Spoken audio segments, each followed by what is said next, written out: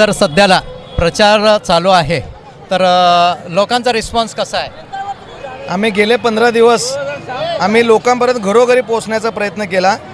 जवळजवळ 90% आम्ही लोकांपर्यंत पोहोचलो. एक 10% राहिले आज संध्याकाळपर्यंत, ते बी आम्ही घरोघरी जाण्याचा प्रयत्न केलो. आम्ही पोहोचलो आहे आणि विकासाच्या मुद्द्यावर आम्ही लोकांपर्यंत पोहोचलो की शासनाचे जे जे विकास कामे झालेत, आपले सोलापूर शहरमध्येचे आमदार देवेंद्रदादा कोटे साहेबांनी जे विकास कामं आपल्या भागात केलेत 3.5 ते 4 कोटीचे कामं, शहर उत्तरमधून आमदार देशमुख मालकांनी 4-5 कोटीचे कामं केलेत, त्यांचे विकास कामं घेऊन आम्ही लोकांपर्यंत पोहोचलो आहे. लोकांमध्ये प्रचंड उत्साह आहे. जिकडं तिकडं सगळं BJPचं वातावरण आहे. आम्हाला निश्चित खात्री आहे की सगळ्या भागातून आम्हाला भाजपला मतदान होईल. आपण जनतेला काय आव्हान करणार? जनतेला मी एवढंच माता भगिनींना आणि सगळ्यांना एवढंच आवाहन करणार की आज फडणवीस साहेबांचं सभा आहे. या सभेतून आपण लोकांना मेसेज जाणार आहे की सोलापूरच्या युवकांसाठी IT पार्क जे घोषित केलेत, आज साहेबांनी सुद्धा त्या विषयावर निश्चित बोलणार आहे. सोलापूरचे नवयुवकांना जे अनेक वर्षापासून ते आतुरतेने वाट बघत आहेत, तो सुद्धा आज मार्गी लागण्याची शक्यता आहे.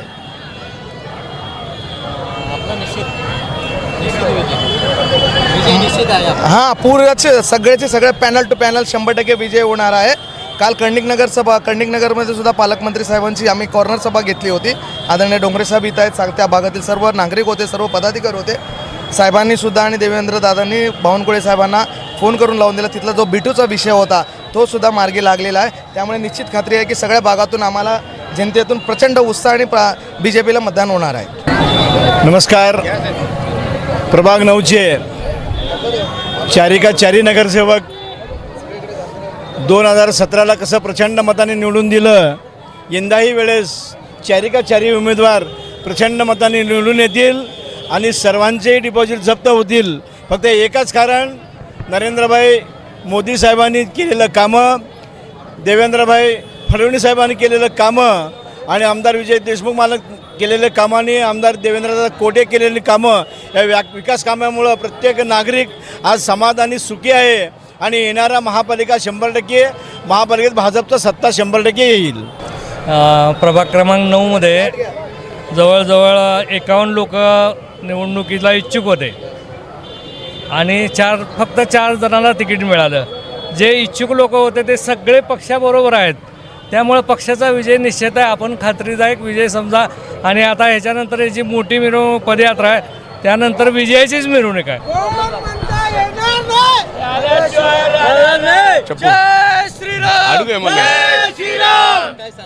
भाजपा संपूर्ण शहर आणि परिसरात झंझावातीचा घोडदौड करत आहे. 75+ नारा जो आमच्या नेतृत्वानं दिलेला आहे तो सिद्ध होण्याच्या दिशेनं आहे. आज तुम्ही संपूर्ण सोलापूर शहरात जे आमचे 102 उमेदवार आहेत, सर्व ताकदीनं या ठिकाणी शक्ती प्रदर्शन करत अशा प्रकारच्या ह्या फडणवीस साहेबांच्या सभेला जात आहेत. यातूनच या नेतृत्वाच्या दिशेने किंवा महापालिकेच्या दिशेने जे नेतृत्व येत आहे ते सिद्ध होत आहे. एवढंच या ठिकाणी मी सांगतोय.